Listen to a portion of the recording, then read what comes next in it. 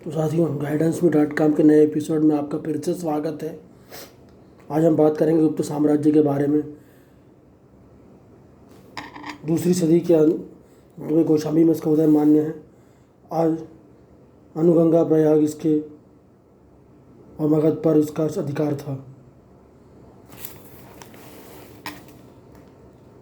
श्री गुप्त प्रथम इसका प्रथम शासक था। गुप्त वंश का आदि आज इसे भी कहते हैं। महाराज की उपाधि उसने धारण की। उसकी उपाधि उसके किसी के अधीन होने की पुष्टि करती है। इसने मगध में एक मंदिर बनवाया।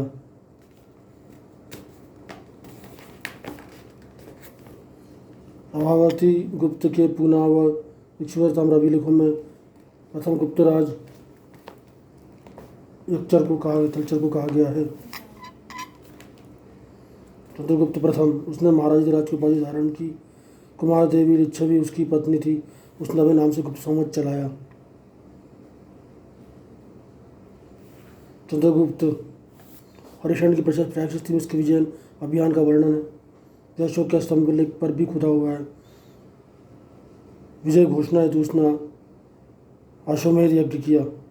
उसने 6 स्वर्ण मुद्रा गरुड़, धनुर्धर, परशु, अश्वमेध, व्याघ्र, हंता व विनाश शरणम चलाई।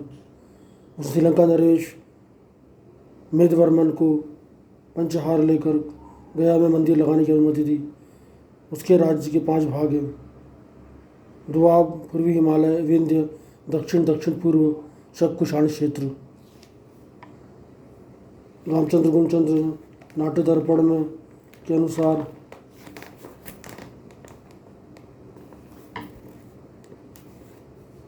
चंद्रगुप्त एक प्रतापी शासक था। आयोग्य शासक था। एक शासक के नगर उसने अपनी पत्नी रानी ध्रुव देवी दे दी, किंतु ध्रुव देवी ने क्रोध केश में उसके एक नेता ने शक की हत्या की। बाद में उसी ने रामगुप्त की हत्या कर शासक बना।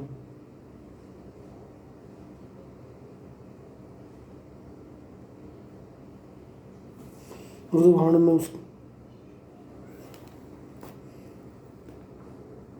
चंद्रगुप्त महान के वर्णन मृदुभाण में उसकी करीब 623 मुद्राएं मिली है, जिसमें मयूर शैली महत्वपूर्ण है। मितारी अभिलेख में स्पष्ट है कि अंतिम समय में उसने पुष्यमित्र शुंग के विरोध का सामना किया।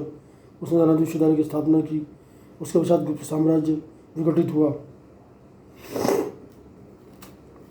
जूनागढ़ अभिलेख के अनुसार उसने गुणों को पराजित किया और सुदर्शन धीर झील का पुनर्निर्माण कराया, जिसका संचालक पंडित का पुत्र चक्रपाणी था।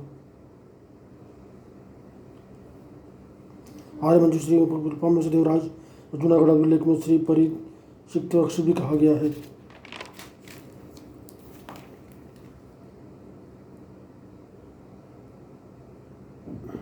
गुप्तकालीन प्रसिद्ध ग्रंथ संधि विग्रह के मादन नामक का कुमारत्न, केंद्रीय पदाधिकारी, सर्वाध्यक्ष, प्रतिहार युगमात्य इस प्रकार थे। महादंड नायक, उसके महासेनापति, महिपुलपति, महासंधि विग्रहिक, दंडपार्षदिक उसके राज्य के प्रभु प्रचारी हुआ करते थे। प्रांतीय शासन, प्रांत या शुक्ति प्रशासक ऊपरी का सीमा प्रांत प्रशासन होता था। कहना जाता था गुप्तकाल में सर्वाधिक स्वर्ण मुद्राएं जारी हुई है। नगर प्रशासन में नगर समिति थी। ग्राम प्रशासन ग्राम सभा और ग्रामीण कहते थे। राज्य व्यवस्था में सम्राट को मुख्य दंडनायक, महादंडनायक, दंडनायक कहा जाता था।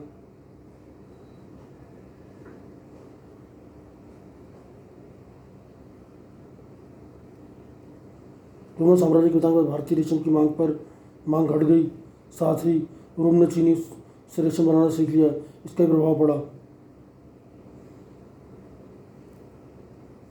गुप्तकालीन भूमि के प्रकार क्षेत्र, वास्तु, चारागाह, सील और अग्रहथ थे। राजस्व के प्रस्रोत भाग, भोग और ऊपरी कर हुआ करते थे। न्याय व्यवस्था में सम्राटों के दंडनायक, महादंडनायक के दंडनायक कहा जाता। इस तरह से गुप्त साम्राज्य के काल में रेशम की मांग घटने से उसका पतन प्रारंभ हुआ और भारत का विश्व के साथ व्यापार का हिस्सा भी घटता चला गया। गुप्त साम्राज्य के बारे में अधिक बातें हम कल करेंगे।